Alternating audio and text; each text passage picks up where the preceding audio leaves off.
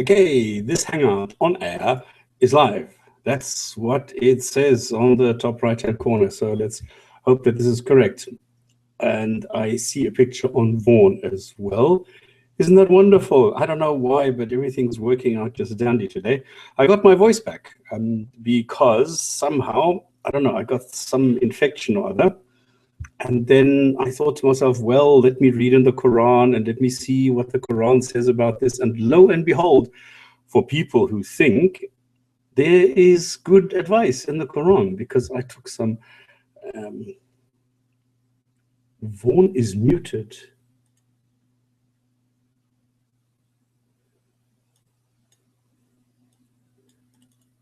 There's no microphone. I don't believe it. Tomorrow, reinitialize. There we go. Now it should work. I don't know. I had the same problem today, that the microphone, for some odd reason, was muted. So let's try this again. Hello, hello. And I was just saying that everything seems to be working because I got a picture in Vaughan, so everything seems to be running okay. Now the Hangout obviously is working because I can see the movement. Maybe the Vaughan is also working in the audio. If somebody can give me a thumbs up, that would be great, so that I know if I can continue, because I'm actually feeling quite good about myself because I got my voice back. Because somehow during the week, I think it was like Wednesday morning, I suddenly I was on the phone and suddenly the voice just went and I couldn't say anything, and it's quite awkward when you're on the telephone trying to explain something and suddenly your voice goes. So anyway, I then went and read in the Quran, and the Quran gave me some good advice, because the Quran gives advice for those who are thinking. And I was thinking, and therefore I had some honey.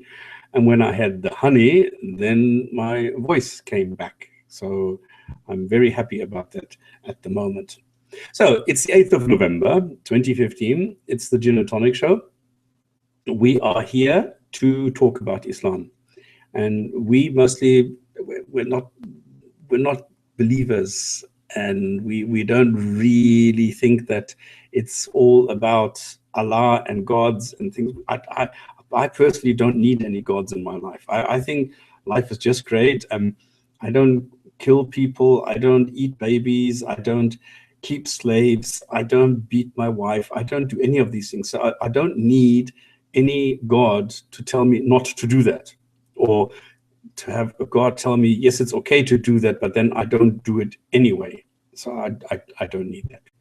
So the way that this works is that I first bring some definitions so that we know what we're talking about. Then it's going to be a video of the week. Sometimes I have a misconception of the week. I have not integrated the fatwa of the week, but that would be quite funny. And then we go through some news, and then we go through the hadith of the week. Now, usually this is our friend Ali who is delivering this, but because I didn't have a voice, for some odd reason, Ali felt so sorry there for me that he didn't want to embarrass me, so that he is not able to do the hadith of the week. So I will have to do it the normal way, or maybe Anassa will join us later, and then he can go and deliver the hadith of the week. That would be great. So, as I mentioned in the beginning, I'm not a racist. I'm not somebody who does a lot of things. I don't know. I've tried it, but I don't really like golf. Even though it's a great thing, but I don't play golf. So I'm also a golfer. But I don't wake up in the morning thinking, "Ooh, only if I could only play golf, and I would play golf." But unfortunately, I'm an A golfer. I'm a non-golfer. I don't do that. I don't think about golf the same way that I don't think about gods. I don't constantly think about, oh, what a pity that there are no gods, and I wish that. I mean, it would be cool to have a god, really. I mean, just today, somebody on the highway just went and passed everybody and then squeezed in front, making everybody else having to wait a little bit longer and causing a dangerous situation because everybody had to brake and blah, blah, blah. So, it would be cool to have a god who will take this guy who, cheated everybody else, will take him by the scruff of his neck and shake him through a bit, and that would be great. I would love to have a God like that. But in reality, I have not sort of seen any kind of evidence that this kind of a function exists. And then I learned something about creation today, about the nose of some animal, which is so weird that it's the only mammal on this planet that has a specific bone in its nose that will enable it to do blah, blah, blah, blah. I'm not going to bore you with the whole story. So I would love to have the abilities of an owl, of a walrus, of an elephant, of so many animals. I think, because I think I'm so badly designed. There's so many things that a God could do better. But this God, if it did create something, is incompetent and didn't know how to do this. So what can I do? So I don't believe this. And I don't think babies, they don't smoke. They don't speak Russian, and they are not a carpenter. So all these things, they are taught at a later stage. And depending on region, depending on area, they get a different language. And the same thing happens with religion, depending on region, depending on what kind of a attitude the parents have, they get taught religion. They get taught there's the Easter Bunny, there's a Santa, or if you're in the Far East, you don't. So there's different rituals and different legends and myths and beliefs in different regions of the planet. So depending where you are, this is what you get.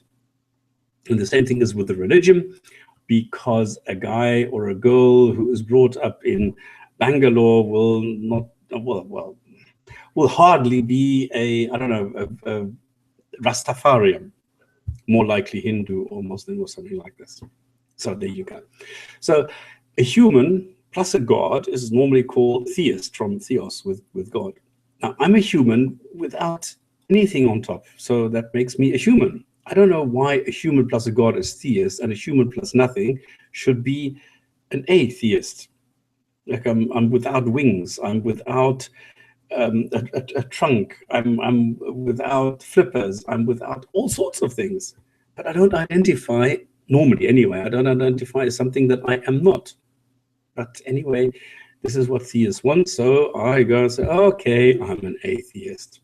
I'm also an agnostic, which means I don't believe in a God, but I can't know whether or not a God exists somewhere in the universe or a different universe or whatever. So I'm an agnostic towards gods. Now, if a theist makes a claim, theist needs to provide the evidence. Do I make a claim? No, because I don't practice atheism. There's no ism in atheist. I don't practice, I don't follow, I don't have a doctrine, I don't have any of that. So I don't practice anything. So during the week, I'm just a human being. I don't care about gods. I don't care about religions. I don't care about Islam or Christianity or anything. I'm just a human. So there's no atheism. The same way there's no a-dragonism. Just because I don't believe in dragons, that makes me an a-dragonist, but I don't practice anything regarding not believing in dragons. So I'm not an a-dragonism, whatever. I think you get the picture. So this is what happens. Now we talk about Islam. Now Islam, I always say Islam is like a mountain, all right? Depending on from what area, what direction you come towards a mountain, you will see a totally different structure. This can be a vertical wall, or it can be a gradual incline. So if I am looking at Islam as the steep incline, so if I put a Muslim on the left and a Muslim on the right, and I call the guy on the left, okay, describe to me what you see. What is Islam? He will say, well, I see a 2-kilometer high vertical cliff. Oh, okay, so now I know what Islam is. And I called the guy on the right. And I said to him, well, what do you see? What is Islam? And he will say, well, it's a gradual incline all the way to the top. Now I'm confused because they've given me totally contradictory descriptions of Islam, but they're looking at the same thing. And that is exactly what I mean when I say people looking at Islam are giving you different opinions on what Islam actually is, because there are so many different opinions. It's like putting all Muslims around a mountain and everyone is going to give you a sort of a similar but very different account of what they see in front of them. And that is the point. Islam, there is no such thing as the Islam, just as there is no such thing as the Muslim. It's always a bit different. Why? Well, because it's based on the Quran, which is very vague and ambiguous and requires interpretation. I mean, I always challenge people, well, open any page in the Quran and then put your finger on some area of any one page and then give me the sentence and now tell me what it means without a context, without anything. Now, if it was written by God, it shouldn't require a context. It should be perfect in itself.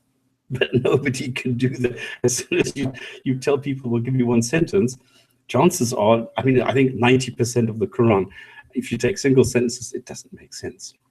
And it was quite interesting today. Actually, is there anything in the Quran that is true? In other words, that can be, so, I don't know, so, well, can it be correct? Can it be compared to reality? Can you compare anything in the Quran to reality? And this is quite strange. Anyway, so there we go. What we're going to do today is going to go through some news. And I don't know if people remember that I've invited this Sam Gerrans guy, who's a Quranist, but he doesn't interact with people. I don't know, it's so strange why Muslims prefer sitting behind the microphone and then just going, no, no, no, no, no, but they don't talk to people.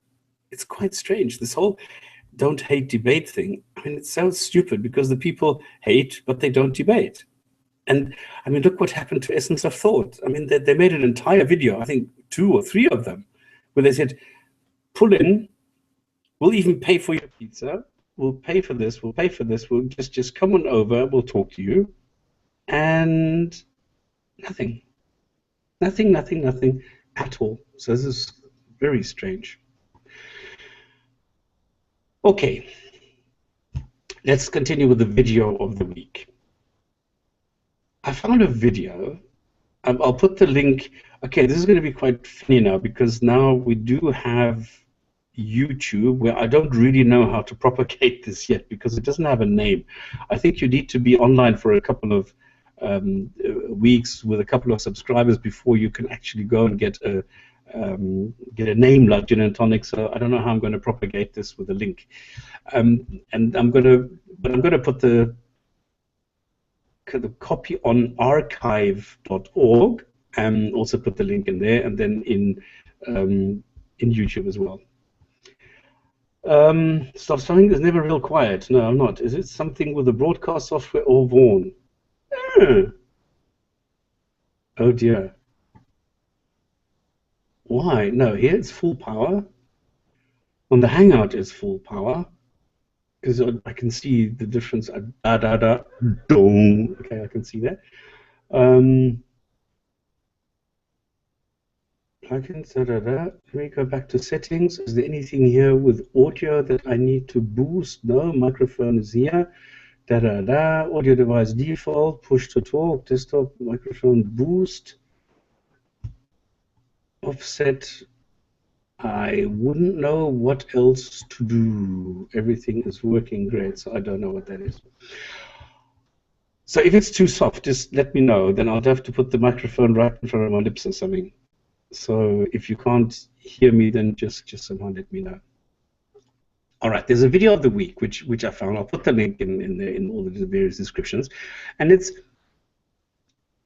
about a Muslim who openly threatens some Germans during some get-together, and he says to the guy, "We will conquer you with births. We will marry your daughters." Now, it's amazingly primitive, and that's how primitive some Muslims are. They will believe any propaganda and then get a horrid awakening when reality catches up with them. Now, unfortunately, many Germans still have this inherited guilt syndrome or complex within them, which stops any objective analysis and provides Islam with special consideration. And politicians in Germany are also treating Islam only as a religion, just another religion, not a political ideology. But in the video, it's quite funny because he says, I mean, look at this Muslim's arithmetic. He says at 0:15, our wives get like 7 children. So we take 4 wives, so that makes 22 children. So for him, 4 times 7 is 22. I don't know how he gets there. I don't know how he does that, but he says that makes 22 children.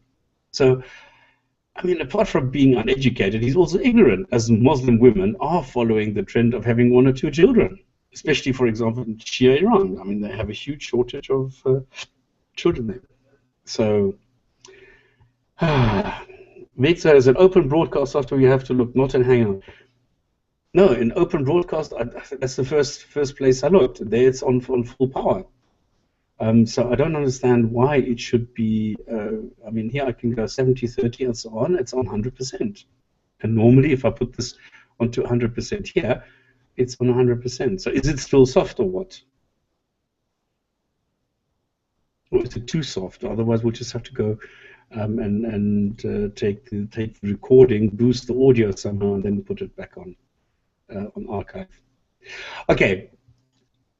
Oh, I didn't put a misconception of the week. Now, I was so angry with my stupid voice. Okay, what we're going to do is we're going to talk about Afghanistan. We're going to be talking about bread and roses, late payment charges, April Fool, and tolerance. And we're going to talk about migrants, of course, because the first topic after Daesh at the moment is always about migrants. Everybody seems to have a problem with them. Everybody seems to have an opinion about them. Everybody seems to know exactly what to do, except nobody has a solution. I can't hear anything in Vaughan. Not only soft, but nothing. Oh, shit. Okay, but it's on full power. Stop stream, stop recording, exit plugins, settings. Settings has on audio the microphone. Let me reinitialize this. Let me boost it, reinitialize again. Not only soft, but nothing. Okay, is there something happening now? Oh, but you can't hear me. I mean, I'm being stupid asking if you can hear something if you are not hearing anything. So let me see, no, but they can't see the typing.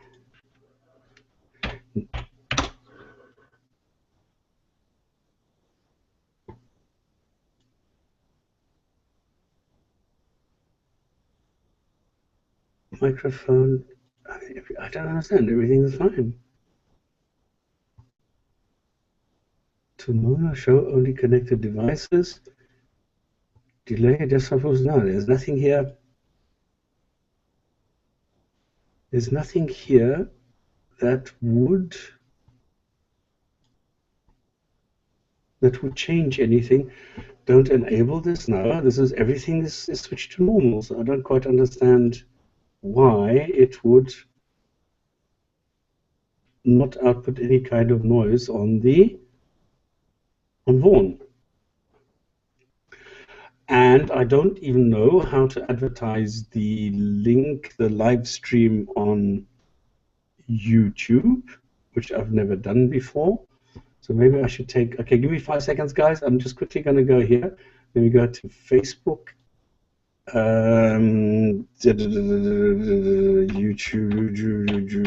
YouTube. And then see.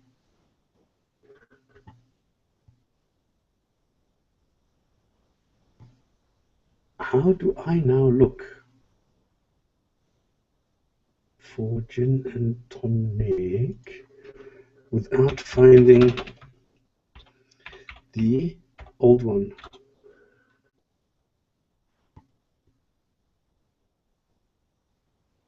Gin and tonic show active 10 months ago, live now. Hang on, that's me.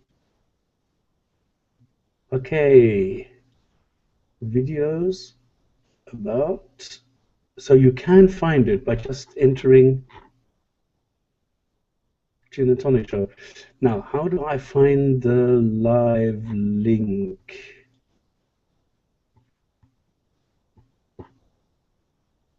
Returning subscribers.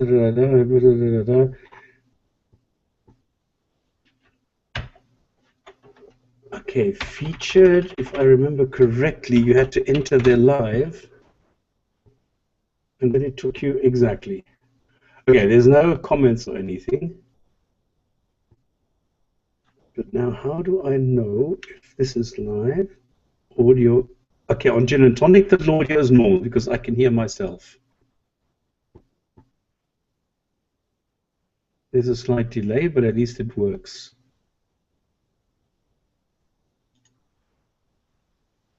Very strange indeed.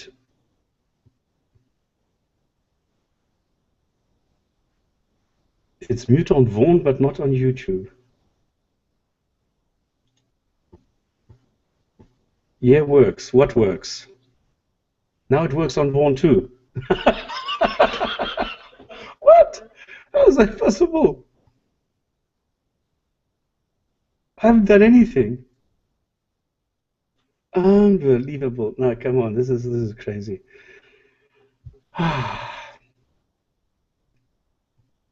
No, it is screwed up. Okay, now what I did was I closed the link on the gin and tonic. Let me just get the link back here.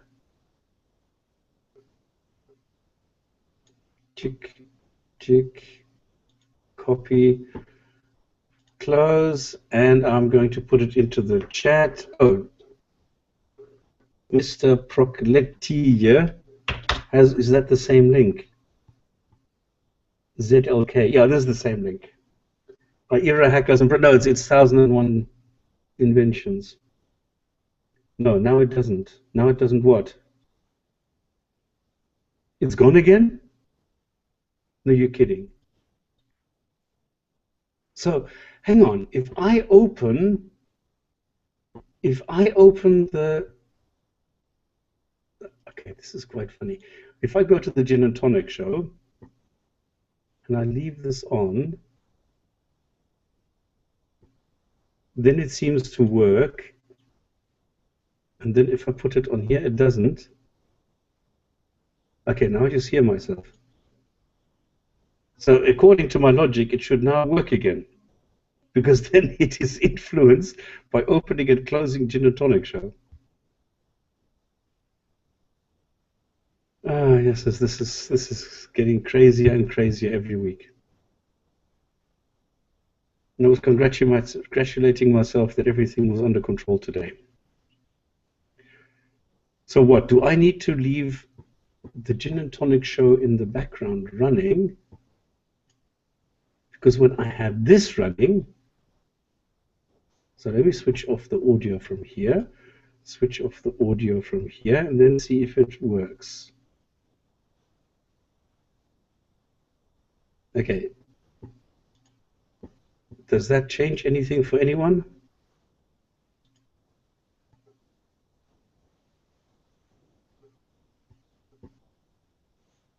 Okay, now it's running on. I know what's going on. Sound works on YouTube, yes. On YouTube it works, and when I switch on YouTube, it seems to be working on Vaughan. So if I switch on audio, why should it go into gin and tonic on YouTube?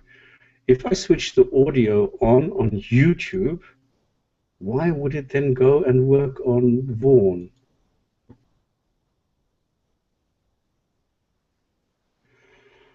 Because you listen to YouTube, it is the system sound that gets passed through, but that's not good because then you get an echo over time on Vaughan. So don't do it. Well, I don't.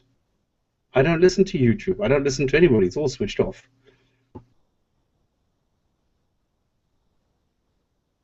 The audio is switched off.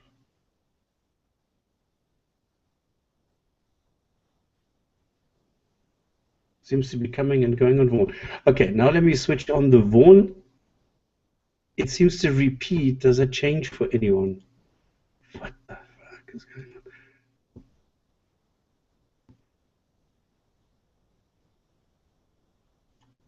Okay, so I've got sound on YouTube. So if I go to audio on here and I do the desktop audio device,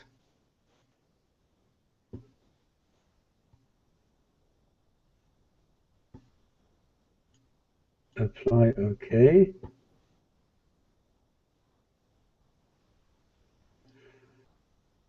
Something is very wrong with my setup. The thing is that everything you hear, it gets streamed on one. So you hear me repeating the same sentence over and over. Because the funny thing, what happened is that I had to open the machine because the processors were heating up to over 80 degrees. So I cleaned everything out. Now they're back to 50, but apparently I switched the microphone to a different port, and maybe that is what is screwing things up.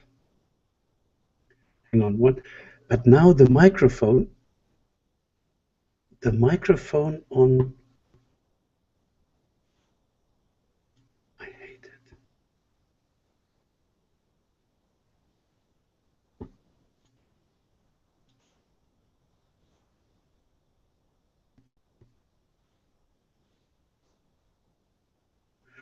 Okay, it's true that the microphone here is not moving one bit. What is going on here?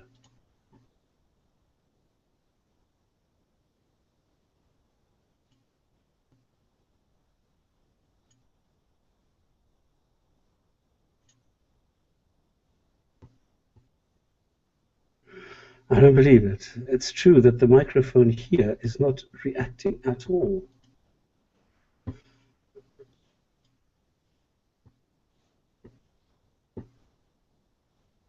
Okay, here the audio is working. Everything is cool, but for some odd reason, the open broadcaster does not recognize the microphone. Something in the settings of the microphone, if I take audio, I can select the microphone.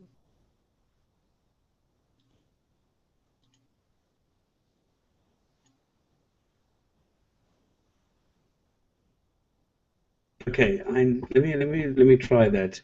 In gin and tonic, I cannot mute the microphone on gin and tonic. YouTube is mute. Hang on, what happens if I unmute YouTube?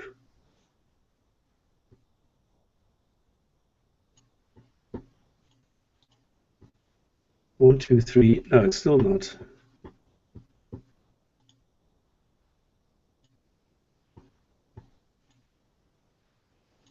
Okay, everything is muted.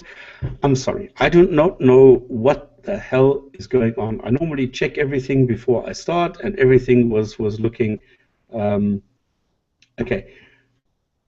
I have muted YouTube. I cannot get Open Broadcaster to recognize the microphone. I do not know why. He sees the microphone, but I cannot do anything with it. So this is quite weird. So even if I go into settings, I go to audio, microphone device is the microphone. It doesn't matter how many times I push reinitialize, it always finds it. But for some odd reason, it still doesn't. What is advanced microphone noise gate switched off? No, no. There is nothing that should work in any way. Or what happens if I pull this down? Does this change something? No. Okay. This has something to do with the broadcaster because he's not recognizing the microphone. I'll just have to do it afterwards. I have no idea. So I'll just have to take the YouTube one, download it, and add it. So what? Okay. You'll have to go to YouTube to listen to this. I'm terribly sorry for this. I have no idea what is happening.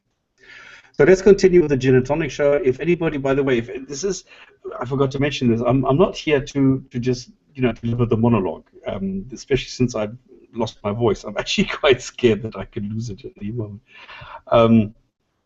So if anybody wants to come and join, please do so. It's very easy. Well, don't go to Vaughan. I should go to YouTube. No, go to Vaughan and click on the link. This is the easiest at the moment.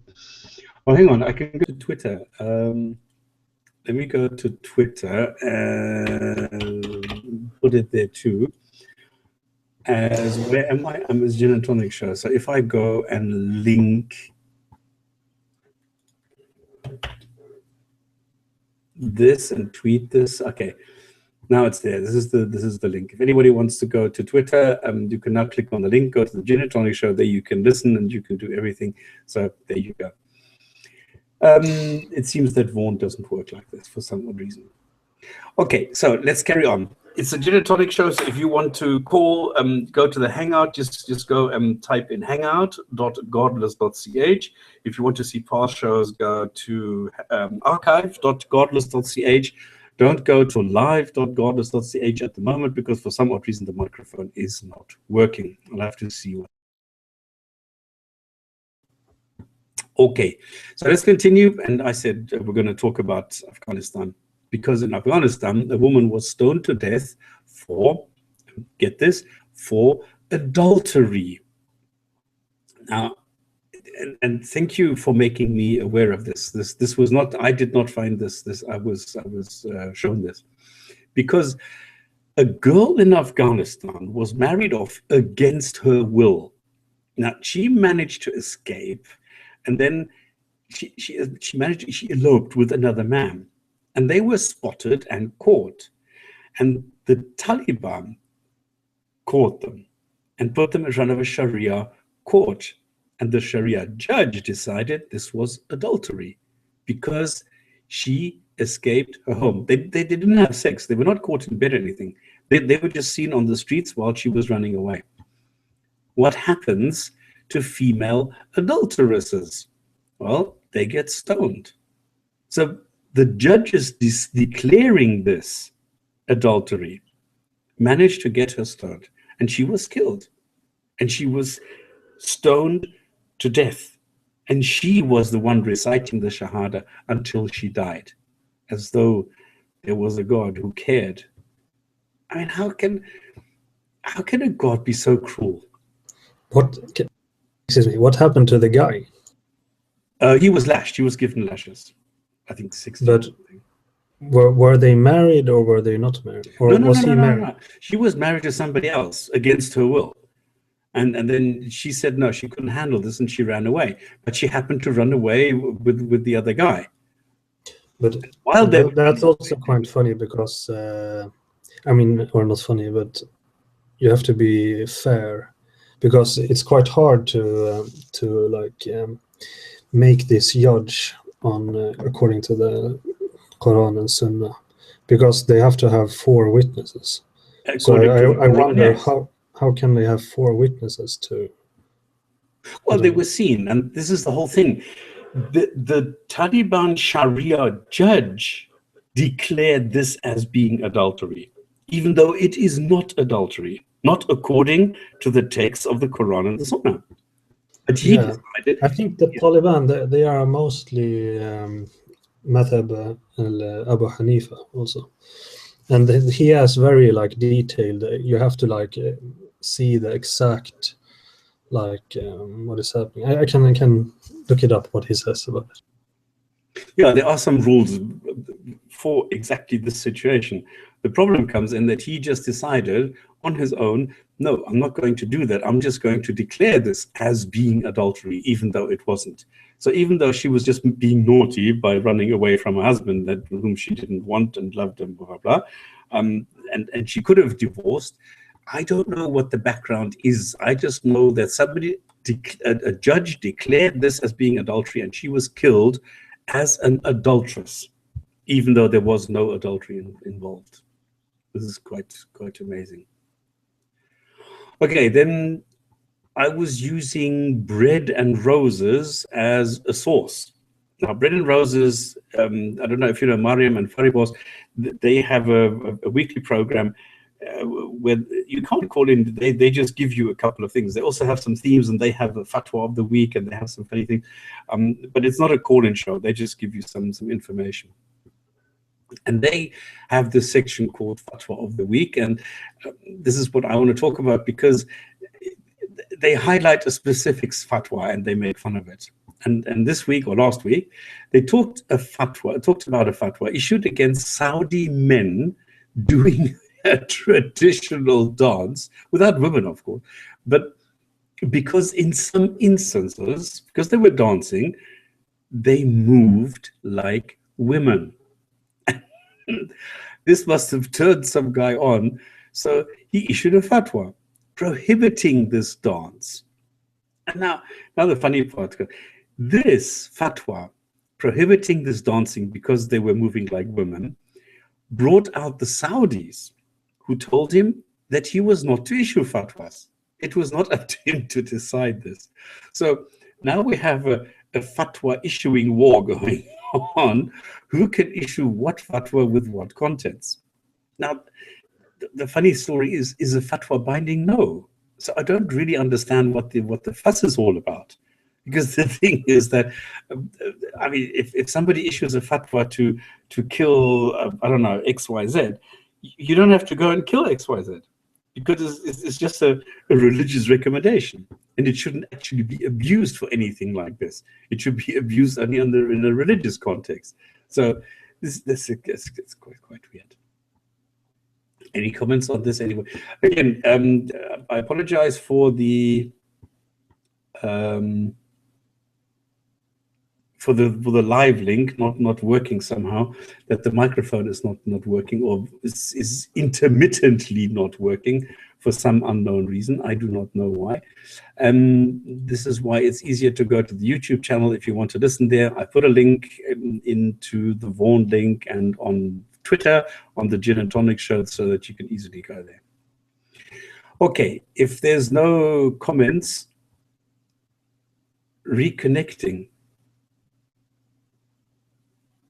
I just got a message reconnecting. I don't know what was reconnecting and why and how.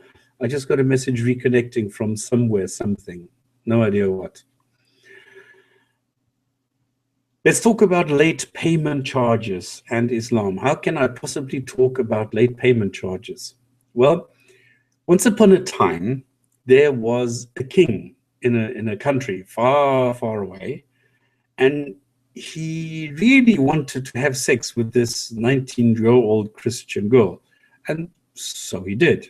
And because he was a king, he could. Well, then he secretly married her, because he was allowed to have several wives. But then, because she was Christian, he sent her away, promising to look after her, financially, that is. And he sent her away, but he was still secretly married to her. And then he dies. Then his son agrees to pay this secretly married woman a few million, give her 2 flats in London, and then goes back to his country far, far away. What the hell is going on? No, I think this is not Vaughan. I don't think this is Vaughan. For some odd reason,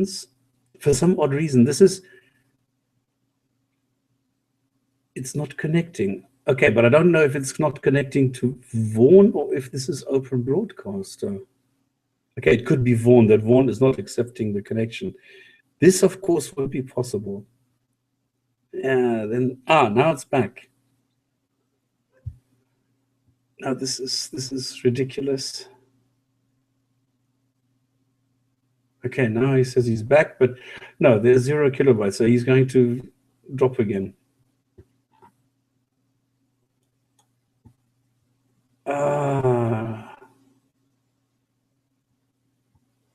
This is pathetic. Okay, let me just carry on. I mean, I'm sorry for this. This is going to be a short show, I think. So then, when she asked when he will deliver what he promised, he forgot what he'd said. Now, the High Court judge in the UK has awarded her £12 million and 2 London properties in the Chelsea district, or the value thereof. And they lived happily ever after.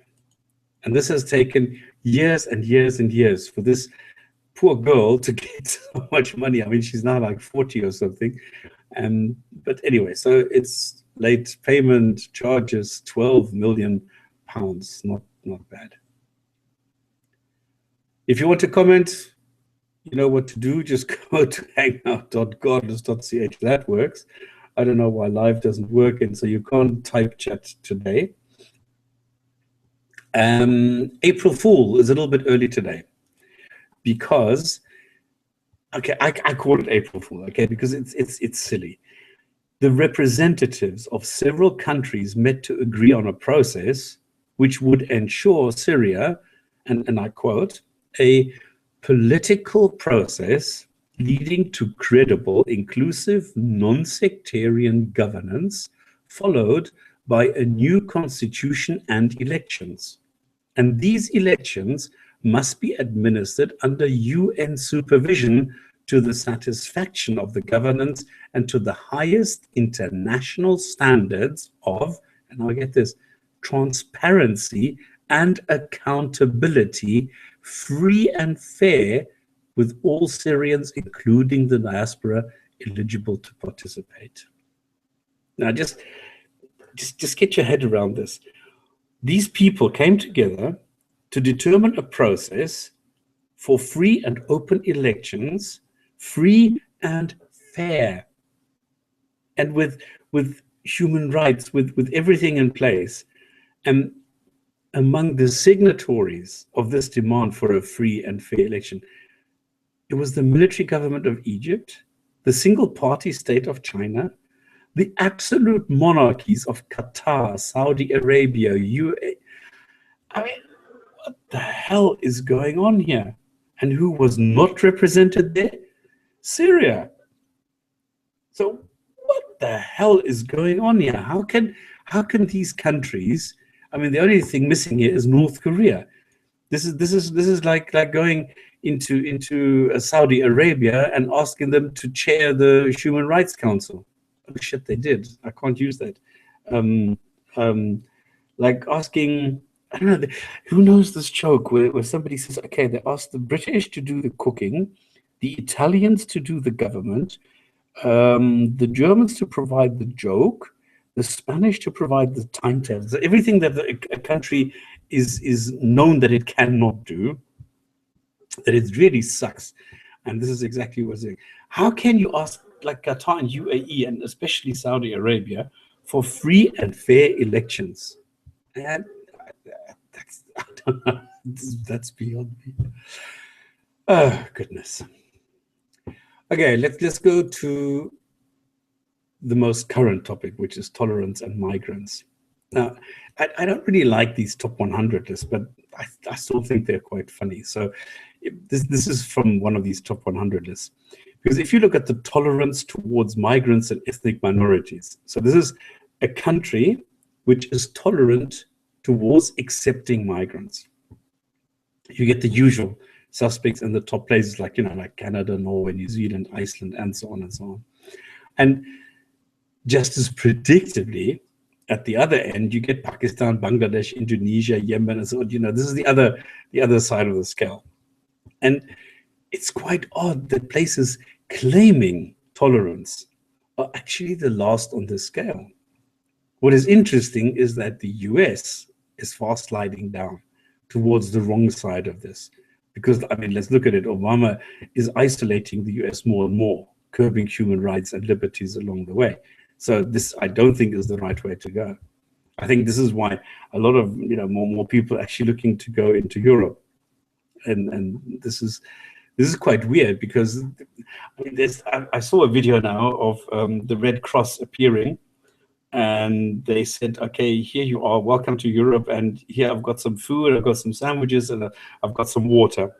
And they said, no, thank you. And they actually took the water physically and put it down next to the track somewhere, and said, no, we don't want that, give us money. We want money, we want to go to the supermarket, we want to go shopping. I don't know who told these people that they would leave whatever place they were in. They need to go to Europe, and they would be provided with a salary, with a mansion, with servants, with a car, with everything they needed. And I think this is what they're being told, and this is what I think they believe. This is what I think drives them into going to Europe. so that the people who are telling them these lies can get the money from them, saying, okay, I'll take you to Europe, just give me $10,000, because, I mean, this is like half a year and you will have the money back because they will give you a salary there. So I think this is exactly what they're being told. Because I don't know if I've told the story here, because I remember the ANC did this in South Africa. Then the ANC said, well, when we are in power, we will take the power away from the whites and we will chase them away. And then you, the gardener, will be sitting in the mansion that you were gardening for. And true as Bob, somebody was sitting in the lounge, and when the guy came out, I said, what are you doing here? You're supposed to be working in the garden. No, I'm just looking at my house because I will get this when the ANC comes into power. He says, oh, really? So how are you going to pay electricity? And how are you going to pay the gardener? Because he hadn't thought about that. But simple people think like this. But for me, what is interesting is that they come and they say, we are now in Europe and now we want a salary. Just like that. Because we are poor and we want the money. And this is what somebody said. You have been exploiting our Muslim countries, and now it is time for payback. So paying money for a product is called exploiting when you are buying something from Muslims. It's crazy. I don't know. This is way beyond me. But there is one industry that is really happy about all these migrants coming from the Middle East, because it's not just Syrians, it's people from all over the show. And what they're saying is, come, we're going to provide you with cigarettes. So the tobacco industry is ecstatic because so many more people from the Middle East smoke.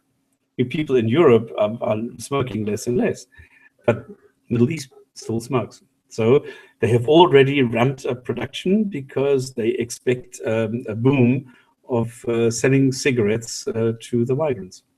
So there you go. This is the positive aspect, hey? Okay, and then finally what I found is deception.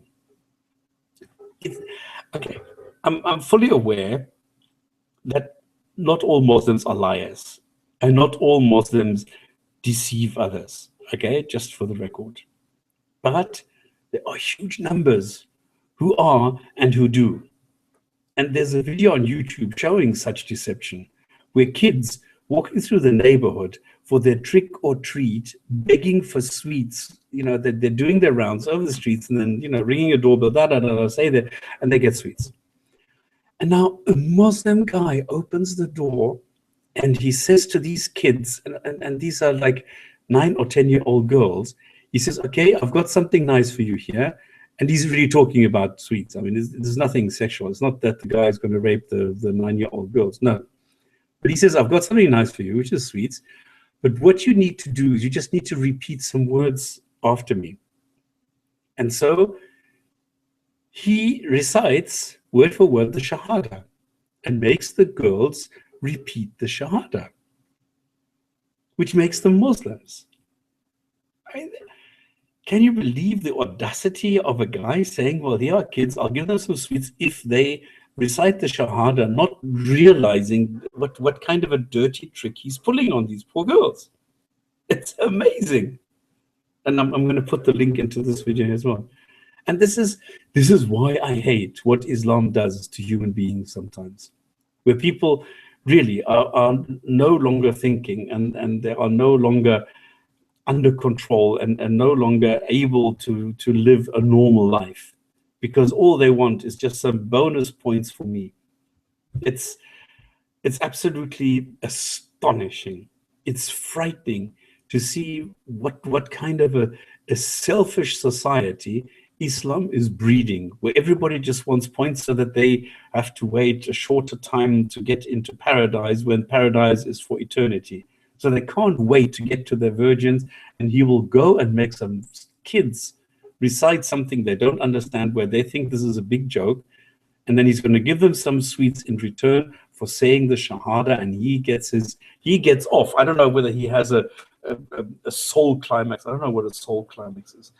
I don't know when he gets out of it. I don't know what kind of a feeling a grown man has when he hears some kids reciting the Shahada, which he knows full well they don't understand. It makes me mad. You are my wife now, Dave. Okay, did somebody repeat something here? Oh, goodness. No, this is so sick. Okay, that's actually it because there's nobody else saying anything. So what are we going to do for the remaining 1 hour 10? Shit. Okay, I need to find out what the hell is going on with this stupid. If you don't, there was a guy last time that asked about in Surat al-Kahf this about this ayah about the sun going down in a muddy pool or something, and whether that is correct. Or okay. So I said I recommended him Tafsir Ibn Kathir. Yeah. But now I'm sitting here and I'm reading it. It wasn't that Tafsir Ibn Kathir wasn't that funny that I thought it was. But if you can I go on, by the way? Sure. Okay. So let's find the ayah in English. It's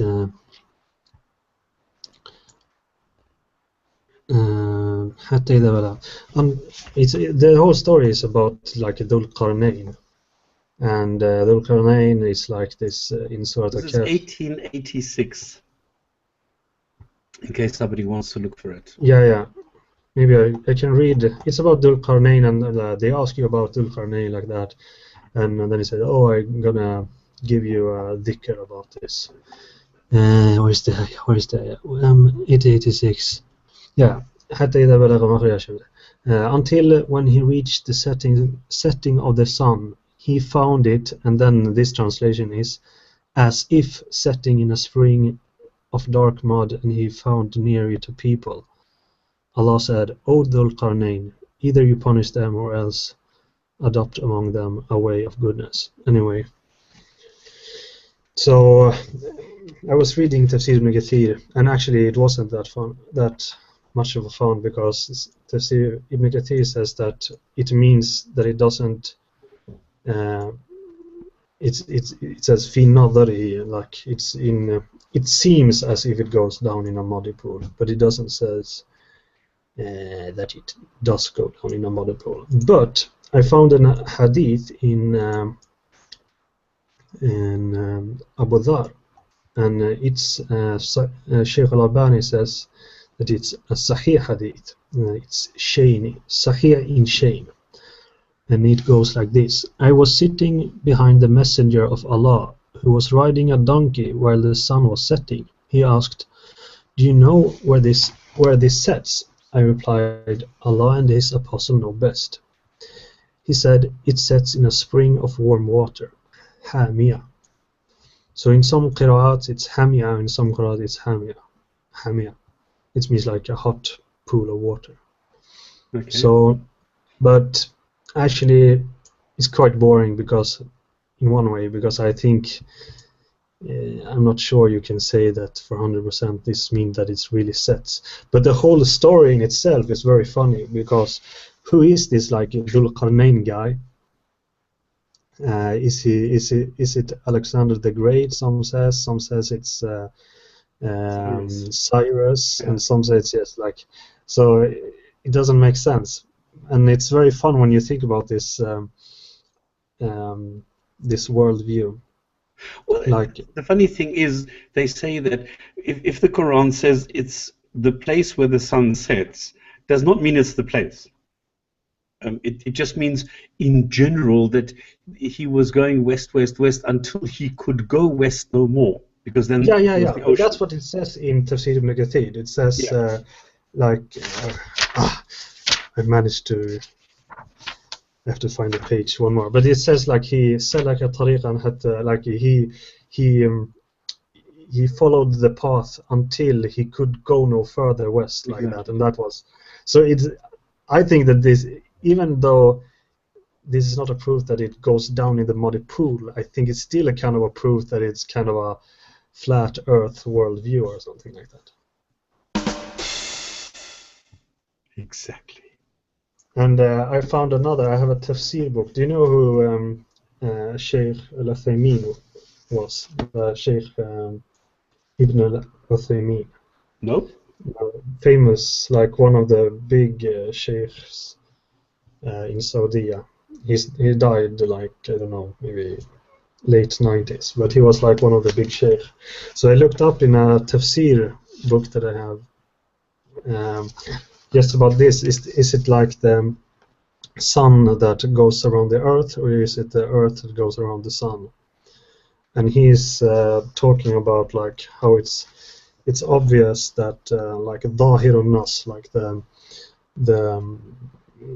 how do you say, like the dhahir, how do you say that in English, like the obvious thing is that that is the sun that goes around the earth. And then he talks about a lot of like ayats in the Quran and a lot of hadith, and he says that, and he has a very good like language argument for why it is the earth, the sun that goes around the earth and not vice versa. Yeah. Do you know the video that the rationalizer made about this? Maybe. Because I think he made the definitive video about the flat earth and how it is described in Islam, because he took a look at the Quran, at Hadith and everything, put everything together, presented different translations, different possibilities, different this, different that, and I think he did a very, very good job bringing everything to the table that there was about this topic, or that there is about this topic, and then showing why exactly it's describing a flat earth. However, I do think that you can prove it even more when you know Arabic and you know Arabic grammar is even more of an evidence. When you like, I think a lot of Muslims, they can fool people who don't know Arabic, and they like translate it into English as it fit them. But when you know the Arabic and you know the grammar, you can clearly see, and this is the arguments that Ibn Taymiyyah makes, that it's referring to this word that is like it's the sun that is doing the action and not the earth and so on. Yeah, so, exactly. So even better when you know the grammar and everything. In its right path, yeah. There's another hadith, but it's not in Hamia, but I just wanted to read it because I think it's quite fun. And it's once I was with the Prophet in the mosque at the time of sunset. The Prophet said, "O Abu Dar, do you know where the sun sets?" I replied, "Allah and His Apostle know best." He said, "It goes and prostrate underneath Allah's throne." Yeah. And that is Allah's statement, and the sun runs on its fixed course for the term decreed, and that is the decree of Almighty, All-Knowing. That is in Surah Yasin, and this is in Sahih Bukhari. So that I know that I've looked at this hadith and the chain and everything. It's very Sahih chain, so I can guarantee it's Sahih. But this is also like an evidence for the flat Earth, because if it goes down and prostrate under the sun, I mean, and in the same time it's shining on the other side of the Earth, so it goes down and prostrate, and of course then they're gonna say, okay, this is, you don't have to go into the kayfiyya, to the like the howness of how it prostrate. But I think this, I mean, why would they say something like that if Well, an interesting thing about this is it also explains why the Quran would say it is swimming in its orbit, because if it goes underneath the throne of God, of course, what is underneath the throne of God? Water. Because it says in the Quran that God came up with the throne, He created the throne, which is above the waters. So underneath the throne you have water, and the sun goes underneath the throne, so it must be swimming through the water to go underneath the throne, where it waits until the next morning. And that same ayah that you mentioned there it's the Shamsu tajri li mustaqarri laha, like the sun is going to its mustaqar, it's like the place where it's Istaqarra, it means like you stay. It's halt, like in German, halt. You know, you stay. It's resting place. Yeah, exactly. استقر لها ذلك تقدير العزيز العليم. للشمس ينبغي لها أن تدرك القمر. It's not how do you say, like the sun must not like tudrik, like how do you say, like accelerate so it go. I don't know how you should say it, but like Let's just relax. No, not relax. The shams shouldn't. My English is so bad. The sun shouldn't come in contact with the sun or something like. But this ayah in itself, I think it's another like evidence that they thought that the sun and the moon, in some sense, were on the same distance from the sun, because it doesn't make sense. What do you mean tudrik al-qamar? It's like the qamar is like it's. Do you understand what I mean? Yes, because the sun and the moon cannot catch each other. Yeah, exactly. Because it's like the distance to the moon and from the earth is the same as the distance from the earth to the sun. Well, this is why the end times were when the sun and the moon catch up with each other, and this is why they were so shit scared when you had an eclipse of the sun and the moon, because they thought this is now the meeting of the sun and the moon. Yeah. But this funny thing is that, I mean, there were like mathematicians like way before this time that figured out like used various funny mathematical methods to figure out like maybe not the exact distance, but at least like approximate distance to the sun and so on. So I don't understand how they could be so ignorant. It is, because even the Greeks knew by now that it was different. I mean, with embryology, I can understand they didn't know, but with cosmology, they were actually quite advanced. I mean, what the guys had done in Egypt, determining the radius or diameter of the planet Earth, and they were quite exact, quite precise. And that was way before Muhammad. Angle. The precession angle of Earth, and they put it at, I don't know, 3.9 or 4 degrees or something, which at that time was actually correct. It's only now that it's down to, or was it 3 degrees, and now it's 3.4? How much is it now? 20 was, oh shit, now I've forgotten the angles. Okay. The point is they came very close to it, at least. Yes, at the time they were very, very close to it. So yeah, I think this is funny. Surat al-Kahf in general is a very funny, like, I mean, you can like, it has a lot of things in it. After that, it's about Gog and Magog, like Juj and Majuj, and this.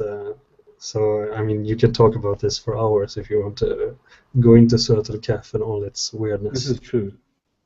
And I just look it up, it's 23.4, not comma. So it's 23.4 degrees, and it was 24 degrees when it was measured 2,000 years ago. So there you go. I mean, there are so many topics which we've covered, because all this we've talked about in various gin and tonic shows over the last, I don't know, 6 or 7 years. And all these things we've highlighted, and no, sorry, not highlighted, we've discussed it in great detail and great depth. Because then what we do is we had a topic, and then every one of us had one section, and we had to go and dig in Quran and Hadith and blah, blah, blah. And then we got together and put all this information into one show. Those were the days when we were still coordinated and working together. And that was quite good. That worked very well. The only thing is when we said, okay, we're going to take significant personalities and we're going to have a role play and we're going to identify as certain people, and then from our point of view, describe what it is that we were trying to do with Islam. I thought this was a brilliant idea. So I actually, I was Muawiyah, and I read everything I could about Muawiyah, and I had great fun doing this. But then the others were too lazy, and I was so pissed off because I was the only one who was prepared and who did this. But the advantage is, I, at that stage, knew everything there was to know about Muawiyah. I mean, I don't remember all of it, but at least at that stage, I knew it. So there you go. This is another thing when I was reading Tafsir ibn Kathir.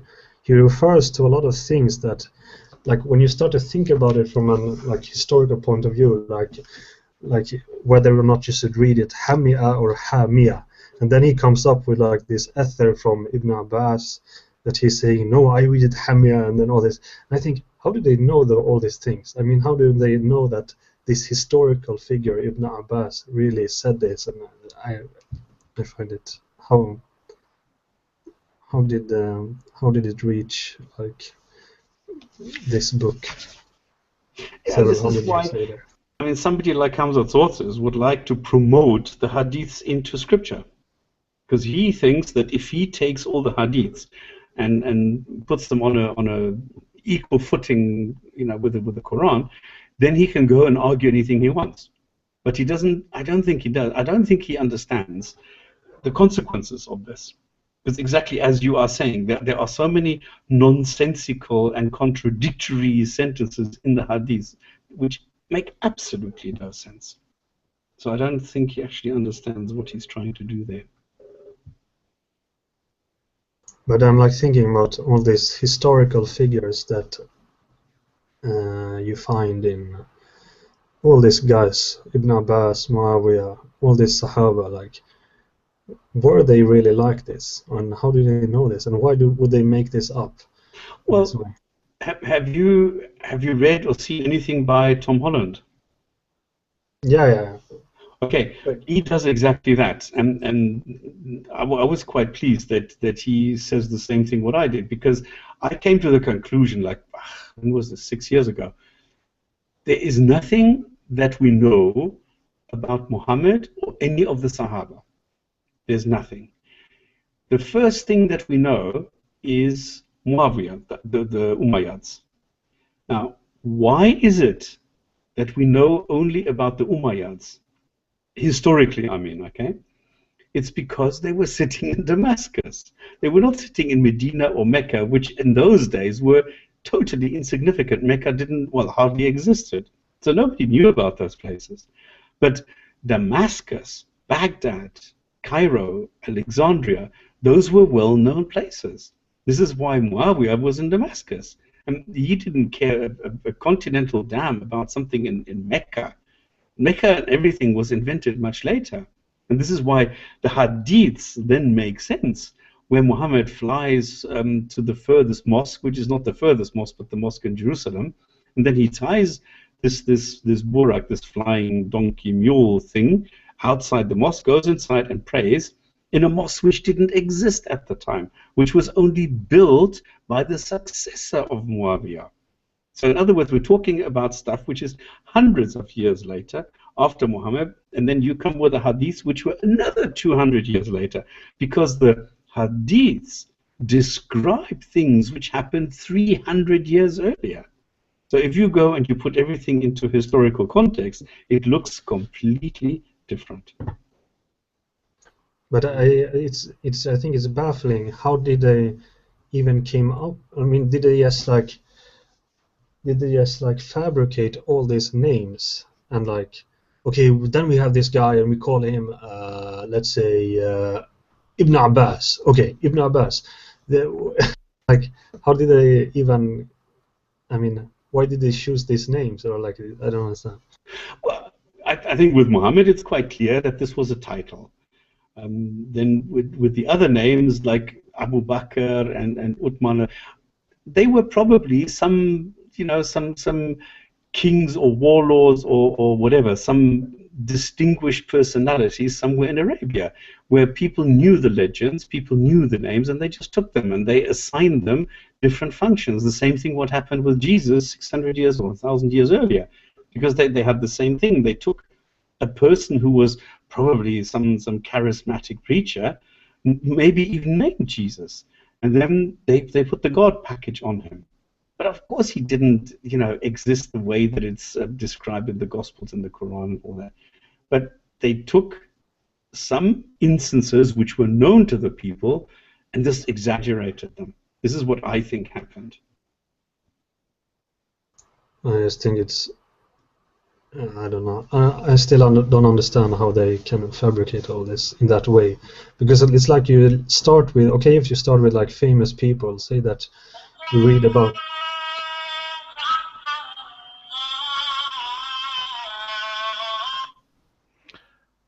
It's prayer time. Oh, okay, we have to go. We have to make wudu. It's Muharram.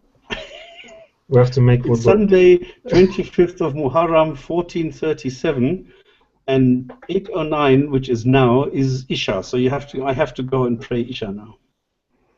No, I sometimes do that as a joke, because I still have this phone, and I love this phone. That's why I'm never going to change it, because I hate these new modern Samsungs. I hate all the new HTCs, so I'm keeping my old HTC here. And this unfortunately has this function built in which I cannot switch off. So it reminds me of every single prayer. The only thing I can do is switch off the sound. That's quite funny. May I interrupt? Go. About your prior talk about not understanding how Islam evolved as a religion and how they managed to write about such things. Well, I've been recently doing or listening to a course about the great mythologies of the world. And so far I've been indoctrinated into how the Europeans imagined their gods and built up their mythologies from Greeks, Romans to the Norse. Exactly, yeah. And now I'm reading about how the Babylonians and Egyptians have managed to build up their gods. And Excellent. Islam follows the exact same methodology as all the other Middle Eastern and North African cultures when they were building up their mythologies. There doesn't seem to be any difference at all, except one that I noticed. It's purely coincidental, but Muhammad is the only sort of like superhero who doesn't have magic. He doesn't have a magic weapon. He doesn't have magic armor. He doesn't have anything except these angels, apparently. You know, the ones when he won a battle, he said the angels were fighting on his side, but it wasn't called by him invoking the angels to come into the fight. God sent them. But I thought it very curious. All the others all seem to have some kind of super weapon, superpower. Oh, that's what I call the God package. Yeah, he's the only guy who's missing it.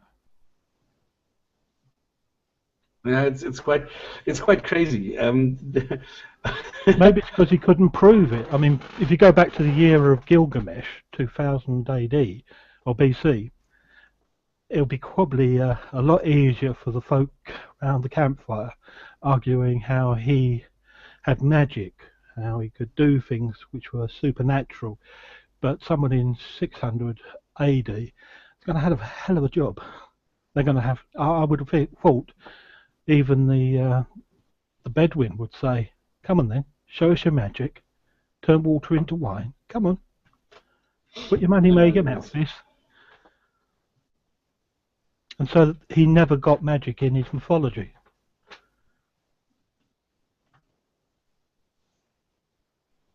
But you get this with, I mean, even the Mayans, even the remotest religions have very, very similar concepts behind them and underneath them. I haven't got to the Mayans yet, obviously, so I haven't been able to understand them. The other difference was the Norse gods are, they can die. They're more human. They're gods, but they're human. Whereas the Middle Eastern and African, they seem to be immortal, can never die. Or if they do die, they go somewhere special, like heaven. They become gods, like Osiris. That's kind of funny. That's probably like the Indo-European language family. Many like scholars think that it's not only the family that has a lot of similar, like the language that has a common root and so on, but also the Indo-European like theology or like mythology. So like in Buddhism, you can actually become a deva, as they say. You can become a kind of god if you like do a lot of good deeds and so on, and are very have a pure mind and whatever. You can become a kind of David. And that's so it's like just another realm. Well, in that, Egypt they did. In Egypt, I was listening to this yesterday. They actually voted for somebody when they died if they could become Osiris and take over his godly duties. And the number of people who are apparently voted for this new Osiris was the amount of provinces that Egypt in the Upper and Lower Nile had, as sort of like a coincidence, this academic was saying. But I don't think you get that in the Norse mythology, the Celtic. It seems like it's very cultural. Compared to the Egyptian, or like... Well, Egyptian follows Middle East. It's like there is a connection. Yeah, but that's what I mean, like, what I meant by... Like, if you look at the Greek gods, for example, and you look at the Norse gods, and you look at the Vedic gods, they are very similar. They have different names, but they do pretty much the same things and so on. No, I'd like to say specific. No, there's a north-south divide, an east-west divide. When you get to Greece and travel west into Europe, they've got one way of establishing their gods, and the further north you go, the more different it becomes. But there's still a base root.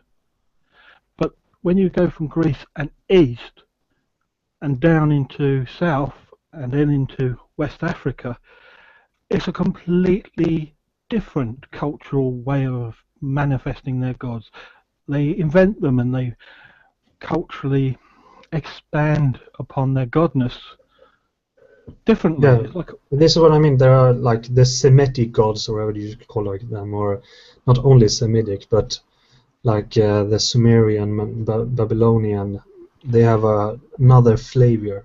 But the funny thing with Buddhism is that they kind of Indo-European way of looking at gods mixed into this concept of karma and rebirth and so on. But I think there is something to this, that you can follow like a common route on how you view the theology. Well, I'm just saying there's no common route. Yes, no, but I mean common route. There might be 3 different common routes: a common route for Europe, a common route for the Middle East, and a common route for the Asiatic countries. But they're not the same. There's no way you can compare the Norse gods to the Egyptian gods. Yeah, I agree, but I do think you can compare Norse gods to Vedic gods. Vedic god, I'm sorry, I'm not sure of that. I haven't heard that word before. Like the old Indian before, the super old. I haven't like got to Rudra and Indra and those guys. No, I haven't gotten to those. But it is like I said, it was for me. It was quite interesting how it seemed the way people were thinking and being educated was manifesting in how they managed to develop their mythology and gods. Anyway, I'm having trouble thinking and talking today, so I've got to bow out. Sorry. No, but you're very right. This matches exactly the information that you can get when you read the old texts and then you compare them to the later ones.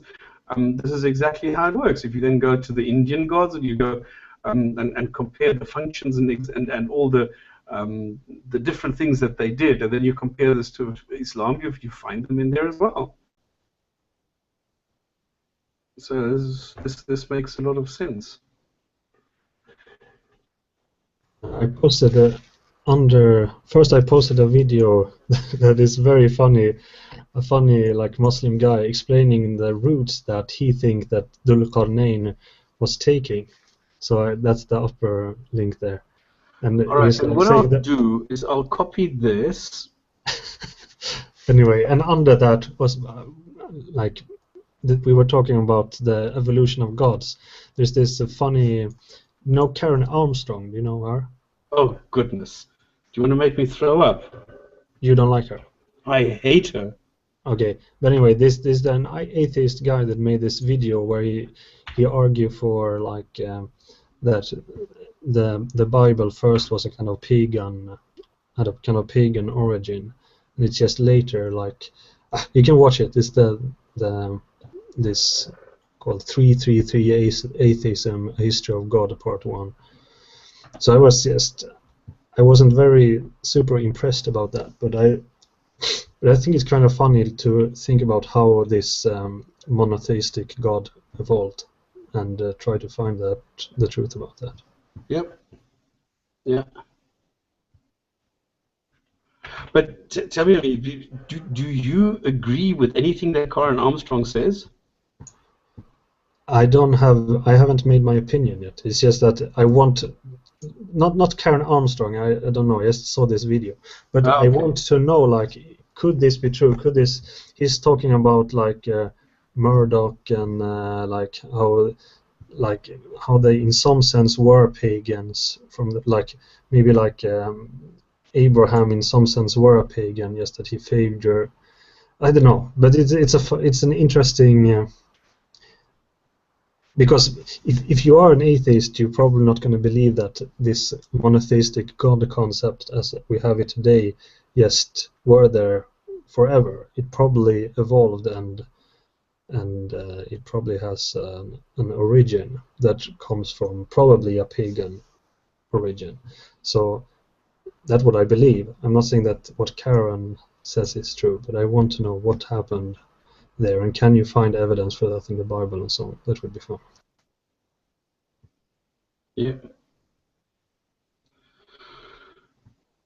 Great. So this is, I mean, it's really interesting if you look at all the old sources, and then you compare them, and you see the recurring themes, and you see stories. I mean, the Quran is just a repetition of all the different stories that were being told around the campfires at the time.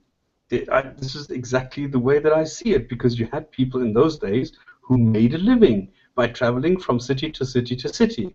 And then, of course, you have Moses, and the guy says, oh, I have a new story, and there's this guy who freed the slaves, and they robbed their masters, and then they went through the desert, and they were followed by the Egyptian army, and they escaped.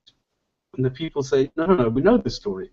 Oh, but do you know about how he then arrived at the water's edge, and everybody feared that they were going to drown, and then somehow they were carried across the waters? Oh, yeah, we've heard about that. We've heard that story. Oh, but have you heard the story how he hit the shoreline with his stick 3 times, and the waters parted, and they could walk with, dry feet, and then the army came behind him, and then he again on the other side hit the shore with his stick, and the waters came together and destroyed the whole army. So I think this is the way that they evolved the stories, and that the storytellers came to exaggerate it, and as people came, they heard these stories, and then they got better and better and better and more crazy every time a new guy came around. I think this is the way that it worked. The same with the sleepers who were in the cave, and they were in the cave for 9 years. No, it was 200. No, it was 300. No, it was 309 years that they were in the cave and sleeping, and this is the way, and these are the stories that you find. That's nothing more. It's just myths and legends and ancient superstition. أساطير الأولين. But what? no, it's from Quran. I was quoting her. إن هو إلا أساطير الأولين. It's only stories from our ancestors. Yeah.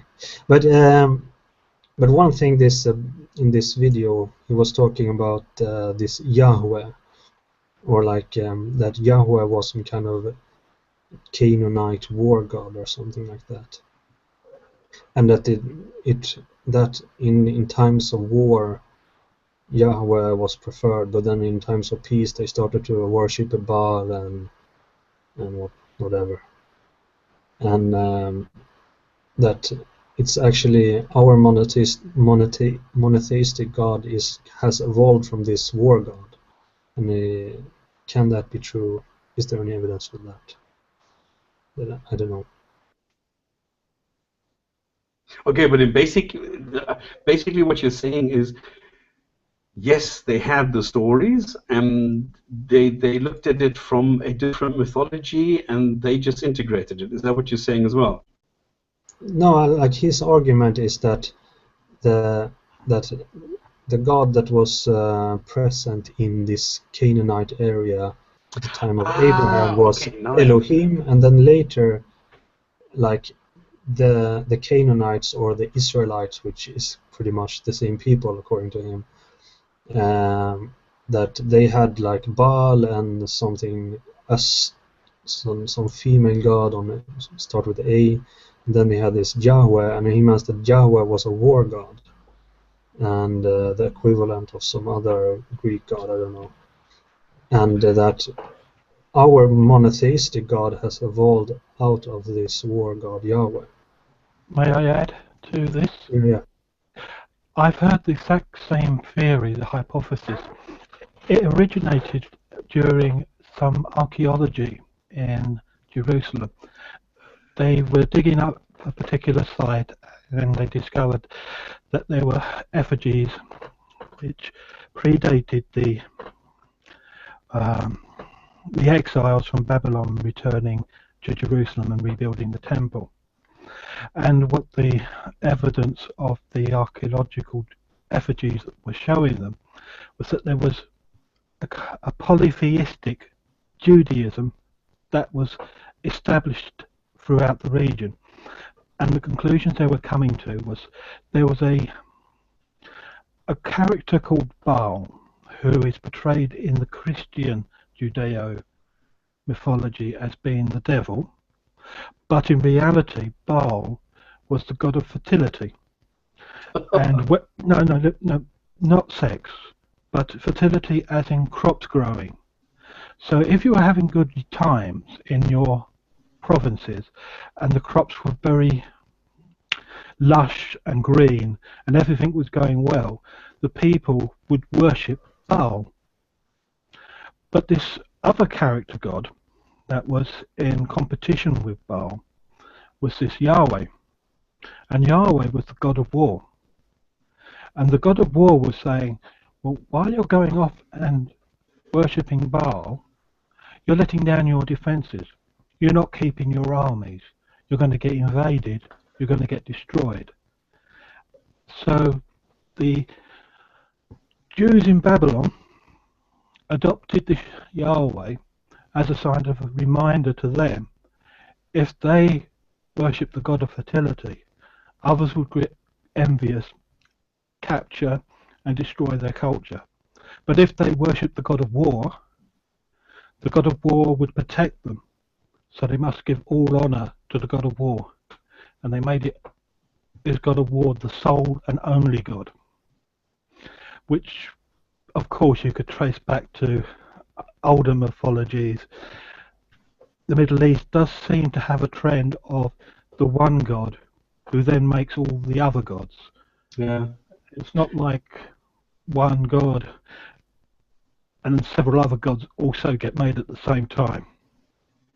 Does anybody know what Richard Carrier came up with? Because I can't remember, because he had something along those lines where he said, okay, forget about Jesus. I mean, he didn't really exist. Jesus was just some sort of a spiritual myth god, some non. I can't remember what he said now. Does anybody remember what Richard Carrier says about Jesus?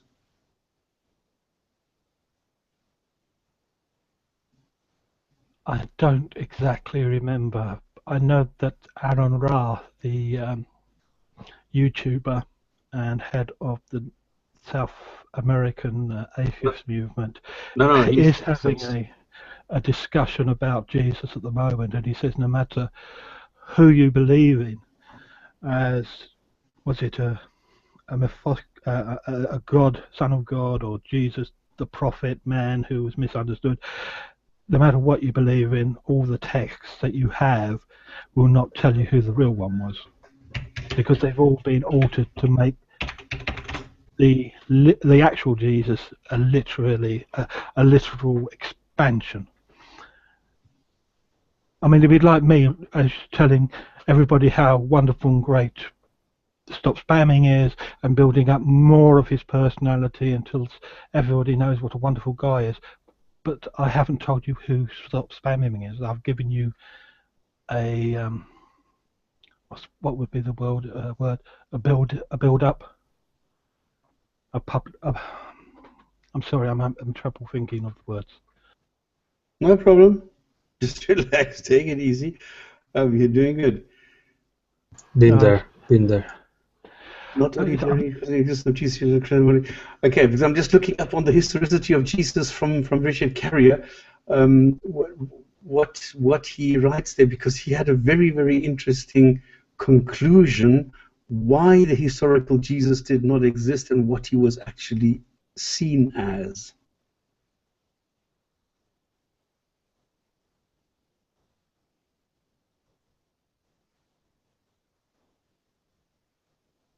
Carrier defines the criteria for two common historical with me, and they both must be considered, however, because both are very widely depending on the bias, the minimum theory, the minimal, No, this is too long. I don't remember, because I remember reading it, and I sort of tucked it away somewhere in my brain, but I can't remember where in my brain I tucked it, and now it's gone. Because I'm sure I read it, I'm sure I had it, and I'm sure I understood what he was saying, and now it's gone. Okay, there's a guy named Joseph Atwill with a strange thesis about Romans inventing Jesus. Okay, could be. I mean, nobody really knows where Jesus comes from. And we all, I've just had a discussion with some Muslim woman who said to me, well, because I said, well, you know, the Quran doesn't even know who the mother was, thinking that Jesus' mother Mary is the sister of Aaron, in other words, the sister of Moses, the daughter of Imran. And she said, no, you've got it totally wrong. You're a stupid idiot. You don't understand who Mary was. Of course, she wasn't the sister of Moses, because in the Quran it doesn't say she was the sister of Moses. I said, no, it says she was the sister of Aaron, who happened to be the brother of Moses. And the Quran constantly refers to the Lord of Moses and Aaron. So, and then this is the sister of Aaron, and it mentions Aaron, yeah, but it doesn't say in the sentence that this is the mother of Jesus and the mother of Mary. It doesn't say it in the same sentence. No, but that's what it says at the end of the day. So it's so weird what some Muslims come up with. Well, they're not the only ones. The New Testament has two genealogies of Jesus, doesn't it? So that means two genealogies of Mary. It's one looking at Joseph and one looking at Mary, even though Joseph wasn't the father. No, it's not. It's literally because it was written by two different authors. They've got the they just made the shit up. Richard Carrier has a doctor in theology? No, not in theology. What? I don't think, because in the chat, WZH is saying that Richard Carrier has a doctor in theology, so I don't think he has a doctor in theology. It's quite easy to get, you know. Joseph Atwill is just selfish and has stupid ideas. Get this makes the work of Richard harder. If Joseph was going rampage and bomb the lectures of Richard. Okay. Okay, any other interesting topics? Any other interesting questions? Anything that anybody wants to comment, contribute, ask, or correct? Well, I posted a link earlier, but for those who want to attend, the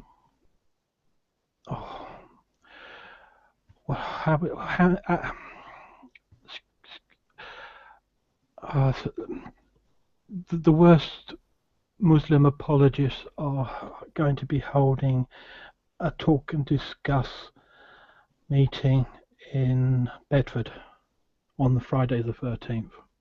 On Friday the 13th. Brilliant. Yes, I mean, it's going to feature Hamza Torres and one of the people from Cage. Posted, which one this could be? Give me a while, and I'll dig it up from Twitter. Oh, brilliant! Yeah.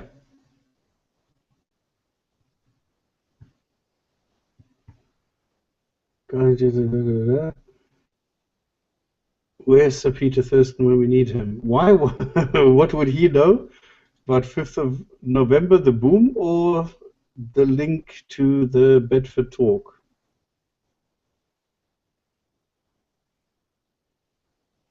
Ancient history. Yeah, that's better. That would make more sense. I think he's a Dr. Phil, isn't it?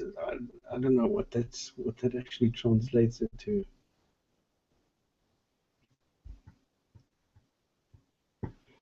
All right. Then while we I've wait posted for a link to it. GPs, you found it. Yeah, so I posted a link to a poster. It was verified by the Rationalizer and Majid Nawaz that it's not a joke. It's actually happening. And you put a link. Here. PBS Twing Media. Da, da, da, da. So I need to copy this. Hang on, let me go there, and then copy this. Quiz a Muslim, the unique opportunity for the general public to question a panel of experts on the most pressing topics relating to Islam and the Muslim community. It's Dili Hussein. Dili. Is he Dili? Batula Andalusi. I mean, that is the biggest twat there. What's up, Beg? This is, yes. I don't know Taji Mustafa. From Hizbut Tahrir. Congratulations, yeah. And Sheikh Suleiman Khani from Ikra TV. Oh my God. And Sheikh Haitham Al Haddad. I thought he was not allowed to enter the UK. Huh? Isn't Al Haddad banned? Refreshments provided, yeah. And of course, the expert Hamza sources. Only that Majid Nawaz's Twitter account tweeted this picture out, and also the Rationalizer. So I'm assuming it's not a joke. It's actually going on. Wow. Brilliant. I know of some of these people. Quiz Muslim, and I'll put that link in there as well. So if you say, are you allowed, according to Islamic sources, to rape a 9-year-old child, we're going to get, well, 1, is she physically? 2, is she emotionally? 3, is she this? Like the way that Hamza Sources was arguing this. And I think Tahrir is not going to be far off from that. No, Pretty, can't hear you.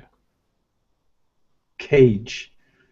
Isn't that the guy who said, no, it's totally valid to have somebody beheaded or raped or whatever? He was the guy who said Jihadi John was misunderstood, and it was the special secret agents that converted him to ISIS. Yeah, something like that, exactly. It's pathetic. Brilliant. So Quiz a Muslim, and they bring in these really radicals. I mean, this is why I hate these apologists so much. Instead of making Islam look positive, instead of coming together, and did you know that there was somebody who called himself, where was this now, the Martin Luther of Islam? People who are trying to reform Islam, trying to make Islam into something that works in the 21st century instead of this violent, misogynistic, barbaric, primitive ideology that it is. I mean, come on, what are they trying to do? Why are they trying to accelerate the demise of Islam? I don't understand this. This is, I don't know. Maybe I should become the strategist for Islam. Yeah. I would do a better job than these stupid apologists, that's for sure. Okay, anybody else here? Do you hear me now? Yes.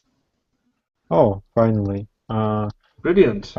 Yes, I had some trouble with my microphone, but I wanted to ask, since when you said that the mosque wasn't built for a few hundred years after Muhammad flew there? No. I said the hadiths were compiled and they mentioned that the mosque was built after Muhammad died. Yes, so The I one don't was see built in actually a problem with 691 and the this. other one in 712. Yes, so why couldn't he flew there not only through space but also through time? And end up in the future. Okay, 15 love. I rest my case. I've got no argument against that at all. Yeah. Well, and also, what do you think about the current trend of the flat earthers? No, come on. No, seriously, the movement becomes bigger and bigger for some reason. And They're it's the having a debate. 21st century. Having a debate right now on YouTube somewhere. There's a debate about a flat. I saw Desert File and somebody else was. They were making comments about this, but I thought this was a joke. You know, like April Fool's Day. And I know there was a time that I was interested in finding out if this is really true. And yes, it is. And there are PhDs in this movement which are saying, no, no, no, Earth is accelerating upwards, which is what is giving us what we call gravity, so that we are sticking to the flat planet, and around it is ice. And the only thing that we are seeing, and that they bring some complicated thing because the lenses of our cameras are not able to fully show this. This is why it looks round. Yes, that Professor Gadd, you know of him? Gadd Sad, I think his name is. Yeah.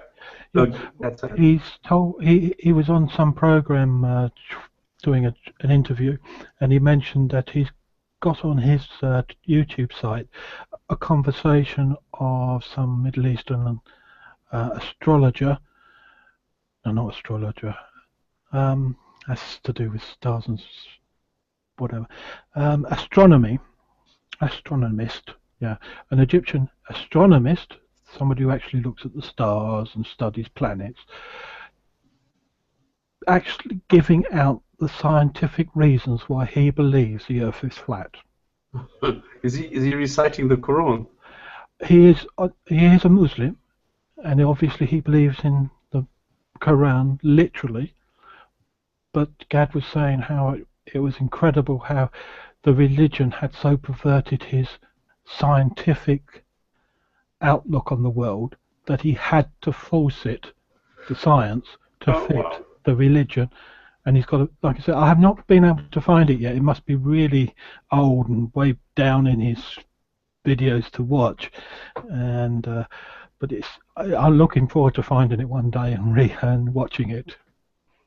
Okay, Pretty, do you want to try again?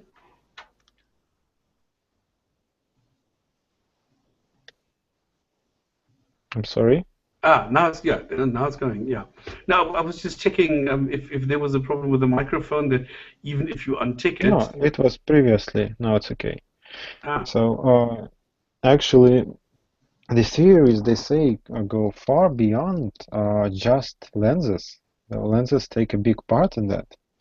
For example, when we look at Jupiter or Venus or Mars through a telescope, we see a crescent moon, crescent symbol, the shadow, because of the lens concave form, and it Exactly. distorts. Yes, this is what I remember. Yes, and it goes further. It's just the top of the rabbit hole. The Earth, the border, the far end of the Earth, the border is actually Antarctica. But all governments are in a coalition and guard the Antarctica and don't allow anyone deep inside the Antarctica, so they will not discover the edge of the Earth. Does anybody know the 13th Floor? Yes, nice movie. It's a similar concept. So you're not allowed to the edge because then you will see that it's just a model. Yeah, so plus all of the people, all of the photos of the Earth from space are photoshopped. Yeah, manipulated to no end. Exactly. Absolutely. all of the people in the rocket industry and satellite industry are actually Photoshop masters, and they get paid for photoshopping images. So this whole secret creates jobs. That's why it's protected so hard. But all engineers, aircraft engineers, etc., are all in it. For example, they make aircraft windows in special shape so that the glass will distort and create an illusion of the spherical Earth. That's not all. They also say that aircraft gyroscopes cannot work possibly because they point at a specific direction in space. So if you moved along a curved Earth, it will then go up and up and up. But the problem is that it's exactly what happens. That's why we have a special device constructed for gyroscopes so that the down axis will always point down. So it is actually so fascinating. It is. Yes. It is. It's also, I find that this, and for some odd reason, I don't know why, UFOs are also like a religion. I don't know why these people go and do this to themselves. They will go and swear, yes, of course, this cloud is a UFO. And if you don't believe it, then you're not a believer, and you must believe it. If you don't believe it, well, then you will see what happens to you at some stage when the nice green men come and visit, and I'm going to be amongst the ones who will be selected, and you will be left. It's like a religion. It's quite amazing what I hear there. Flat earthers are all about science, no magic there. Absolutely. Absolutely. And I'm going to burn in hell for not believing it. Oh, pseudoscience. Of course it's pseudoscience. Oh, yes, they have an alternative explanation. The Earth is not actually accelerating, it is static. Because if the Earth was accelerating upwards, the sapphire dome around Earth would actually hit the sun, the moon, and the stars. So Oh, it yes, cannot of be course. accelerating. Instead, we do not follow the Earth because of electromagnetism. Oh, I heard it was because of acceleration. Okay. But the acceleration theory doesn't work because we would actually hit the ceiling of the world, and then the world would topple over. Is this ceiling supported by invisible pillars by any chance? No, I but read by that the somewhere great in some crab, old book. by the great crab, and one Russian flat earther community actually created an expedition into the Pacific Islands to find this great crab. Did they look underneath for the elephant? I don't know, but they gathered almost 40,000 euros and set up to this expedition in November. Wow. But so it's actually electromagnetism, but it's special electromagnetism that doesn't depend on the material. And It's magic electromagnetism. Yeah, so the definition is the same with gravity, but you don't have to have a center of gravity. Ah, okay, so you have equal gravity everywhere. Yes, but it's electromagnetism, but not the electromagnetism that we use in magnets. Wow. But did you hear about the Muslim who argued that it's very easy to prove that Earth is flat and that the Quran is right? Because the Quran very clearly says that on top you have water over the heavens, and the heavens split the water, and underneath you have water. Because all you need to do is you just drill a hole in the ground and you hit water. That's exactly what the Quran says. Well, no, but I had the pleasure of talking to a PhD in computer engineering, who said on TV that we still don't know exactly how computers work.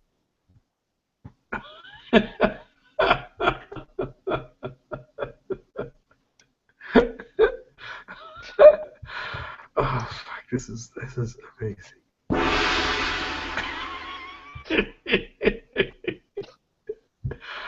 Oh shit. Okay, guys. Let's get back to Islam. I mean, it's just as funny, but it doesn't have so many. Islam has more tragic comedy than only comedy. But it's interesting. And I need to follow this quiz a Muslim. Now that my voice is back, I still need to make this response video to these LDM idiots who came up with this new topic. Instead of, but at least they're not doing their usual lying and deceiving using science and atheists. They're talking about something completely different now. So it's okay. All right, then.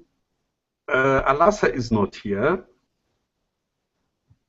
Then I will read a hadith, or does anybody else want? Because I've got one here from Mr. Mazini. He's an Arab, I think. Muriz al-Mazini. I don't think he's Italian, even though he sounds Italian. So, hadith of the week and this is in Sahih al-Bukhari 2441, or if you want the old version, book 46, hadith number 2. And it's by this guy al-Mazini. While I was walking with Ibn Umar holding his hand, this is like what reminds me of this in Tehran, what I used to see when two cops are walking down the road holding hands. This has nothing to do with being queer or anything or gay. This is just that they are good friends, and this is why they hold hands.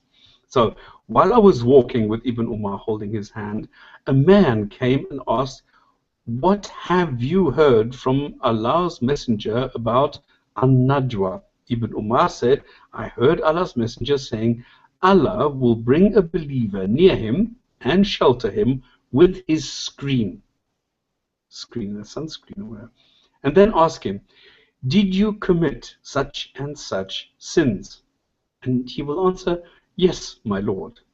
And Allah will keep on asking him till he will confess all his sins and will think that he is ruined. But Allah will say, I did screen your sins in the world and I forgive them for you today. And then he will be given the book of his good deeds. Regarding the infidels and hypocrites, their evil acts will be exposed publicly. And the witnesses will say, these are the people who lied against their Lord. Behold, the curse of Allah is upon the wrongdoers. So what do we learn from this? The wrongdoers are the infidels. What are they doing wrong? Well, they're not doing anything wrong. They just don't believe what others believe. So they're not doing anything, but they are wrongdoers.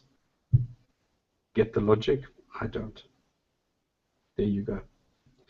Any other comments, anything else? Otherwise, we'll just close here for today, and I hope next time I'm going to have less problems with it. I don't know. I need to sort this out with the broadcaster and see if I can get this working. I don't know why during the dry run it worked, and then now it's not working. So thank you very much, everybody. This was the Gin and Tonic Show. We'll see you next week again.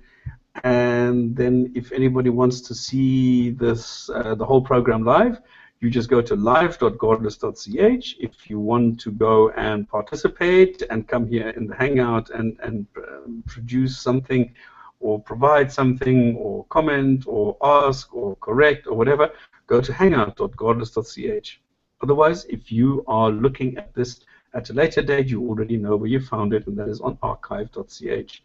The only thing I cannot do is give you the YouTube link because this is some undecipherable thing with Z7YLIFMUZK, that channel. But if you go into Gin and Tonic, you will find us.